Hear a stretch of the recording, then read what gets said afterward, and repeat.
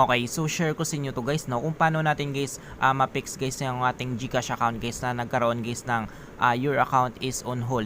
So kung nagkaganito guys yung GCash account niyo guys, ay pwede nating i-appeal yan para maayos natin ang ating GCash account. Okay? So para maayos natin guys ang ating GCash account guys, ay magpunta lang tayo dito guys sa Google Chrome browser natin guys. So kailangan natin guys ma-reach guys si GCash Help Center guys. Okay. So pagdating natin dito guys sa ating Google Chrome browser, dito sa search engine guys, ay i-type lang natin dito guys yung GCash Help Center guys. Yan. So kung makita nyo yan guys, so browse tayo dyan.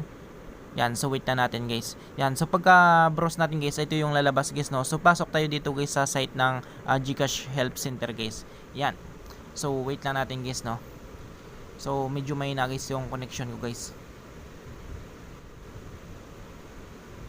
Yan. So pag click natin yan guys, ay ito nyo yung lalabas guys, no. How can we help you guys? So dito guys, i-type lang natin dito guys yung type a keyword to find articles guys. So yung articles natin guys ay GCash account is on hold guys. So yan lang yung ilagay natin guys, no. So GCash account is on hold dahil nga guys yung GCash account natin guys ay nagkaroon guys ng your GCash account, your account is on hold guys. So ngayon guys, i-search natin yan guys. Yan. So browse natin yan, search natin yan guys, no.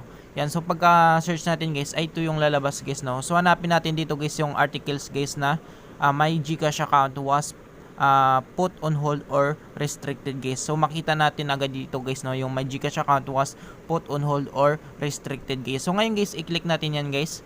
Kailangan natin guys maka-appeal guys, no. So dito pagka-click natin, ito na yung lalabas, manage your account. So scroll natin pababa guys.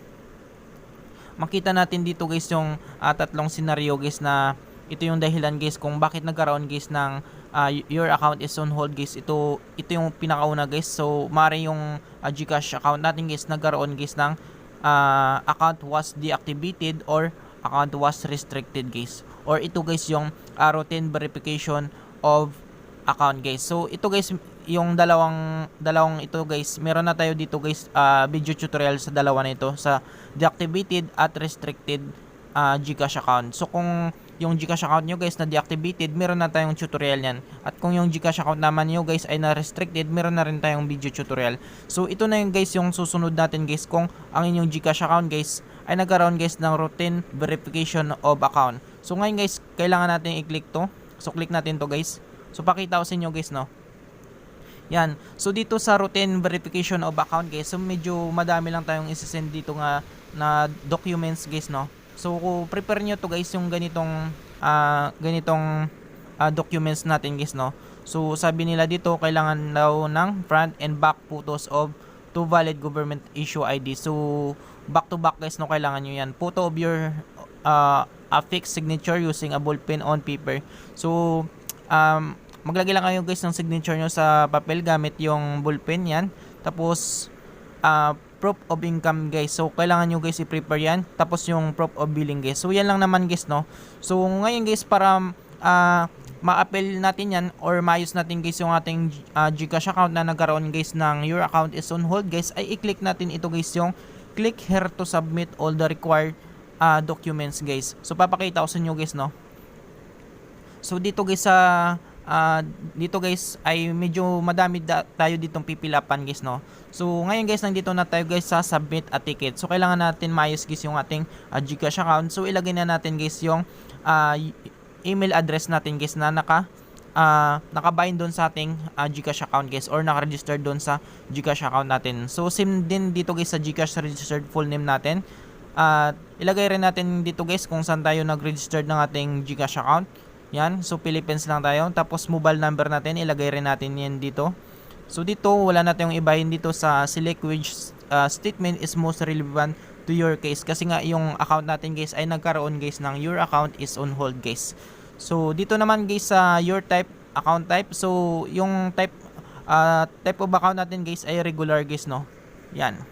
So kung go overseas account kayo guys, so pipiliin nyo guys yung go overseas account or GCash junior account or merchant or partner account guys. So sa yung account ko dito kasi guys ay regular lang guys, no. So karamihan sa atin guys regular guys. So piliin natin regular.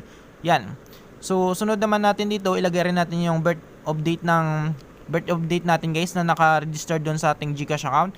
tapos yung birthplace niya guys. So dapat guys magkatugma or magmatch guys, no, para maayos natin guys yung ating GCash account guys. So next naman tayo dito guys sa current permanent address, zip code. So ilagay lang natin dito guys yung kasalukuyan nating permanent address at yung zip code kasama. Kapag hindi niyo alam guys yung zip code, yung search lang niyo sa Google guys kung saan kayong kung saan lugar kayo guys, no. Tapos lalabas lang yan guys yung zip code, dugtungan lang yun guys ng zip code. Yan. Tapos yung nationality natin, ito. So nationality natin, so Pilipino naman tayo guys, no. So ilagay lang natin Pilipino guys. Yan. Tapos government ID type with ID number. So ilagay lang niyo to. So halimbawa yung driver's license natin merong ID number. So ilagay lang natin dito guys yung ID number. So ito yung example guys, no. Yan. So next naman tayo dito guys sa source of fund. So source of fund natin. So kung meron kayo source of fund, cash on hand, e-money, salary. So kayo na bala dito guys, no. Yan. So nakadepende sa inyo guys. Kayo na yung magsagot dito guys. So nature of work natin, ano yung mga nature of work natin? So kayo na bala dito guys. Kayo nakakalam ng nature of work niyo guys. Yan. Tapos next naman tayo dito guys sa are you currently employed? If yes, select your estimated monthly salary range. So kung na-employ kayo guys ay i-select lang natin dito guys yung estimated monthly salary natin guys, kung saan dyan nagre-range guys. So kung hindi naman guys, pwede nyo piliin ito guys yung I'm currently not working guys. Okay?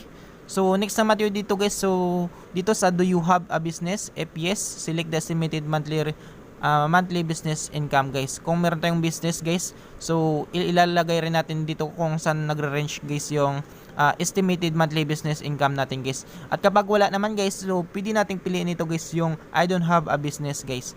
Yan. So medyo madami-dami lang tayo pipilapan dito guys, no. Pero maayos natin ito guys para ma-address nila guys, or ma-address natin guys sa GCash guys na yung account natin guys nagkaroon guys ng your account is on hold guys. So dito please specify other source of income. So kapag wala, pwede nyong lagay guys yung NA or not applicable guys. Yan.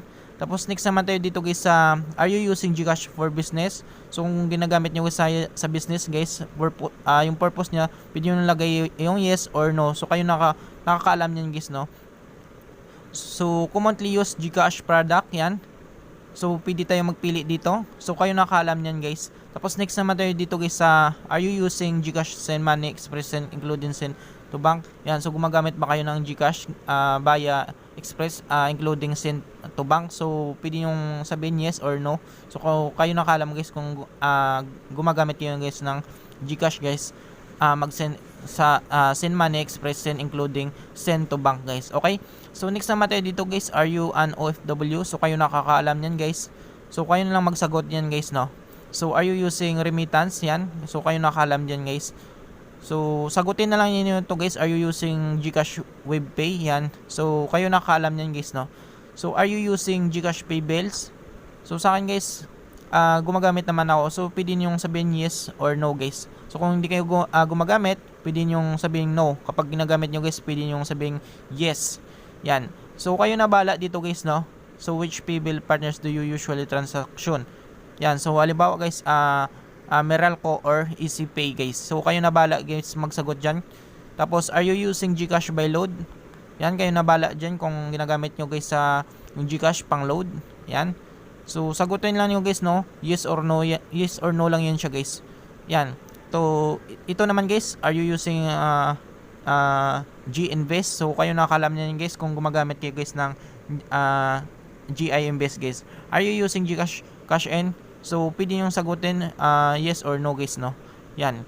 So sa akin naman guys ay ginagamit ko siya guys, no. Cash In guys. So click lang guys yung yes guys. Yan. So kung wala naman guys, pwede nyo sabing no guys. Yan. So wala na kayong sasagutan ulit guys kapag hindi. Okay, so sa akin guys, kayo na lang bala guys kung ginagamit nyo guys or hindi guys, no. So dito naman guys sa valid ID, so ito nga yung isisend nating mga document guys, no. Ito yung valid ID natin, proof of billing, at yung bank with relationship, selfie photo guys. So ito yung kanina guys, yung pinakita ko sa inyo guys, copy of signature, yan. Tapos i-click lang nyo guys yung box na ito guys, no. Click nyo yung box na ito. Yan, para makaproceed tayo guys. So click natin yan. I hereby declare that the information provided herein are true and correct of my own knowledge. I also understand that way. So click lang natin guys yung box. Click lang natin yan. So selfie holding with your valid ID which clearly showed. So dapat nga dapat guys clear guys, no, yung pagka selfie natin, tapos hawak natin guys yung valid ID natin, tapos click natin yung box. So dito naman screenshot of phone setting showing the mobile number. So punta lang tayo doon guys sa phone settings natin, doon sa SIM card information natin, tapos screenshot lang natin guys yung mobile number natin. Tapos pwede na nating gawing documents yan guys.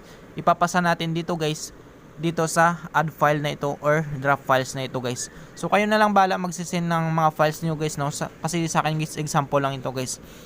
So dito naman guys sa please share what happened or add other information about your concern. So pwede nating dito guys, meron akong ginawa ditong feedback, pwede nyong gamitin or pwede ko yung gumawa ng sarili yung feedback or concern guys, no. So sa akin nilagay ko lang dito guys, hi Gcash them, I cannot use my Gcash account in my transaction because the system says your account is on hold. Please help me to fix my Gcash account. I will submit some of my documents to verify my identity. So yan lang yung ginawa kong concern or feedback ko guys, no. So kayo na bala guys kung gamitin nyo or pwede kayong gumawa ng sarili yung concern guys, no. Yan, tapos click lang natin ito guys, yung submit na ito guys. So pagkatapos natin guys ng submit niyan guys, ay wait lang natin guys yung email sa atin guys ni Gcash para i-update tayo guys sa status ng ating Gcash account guys. Okay? So I hope guys na makatulong sa inyo itong video tutorial natin guys. Sa mga bago pa lang sa ating YouTube channel guys, no, wag natin kalimutan guys i-click guys yung subscribe at yung bell button guys para ma-update ko kayo guys sa susunod nating video tutorial guys. Thank you guys and God bless sa lahat.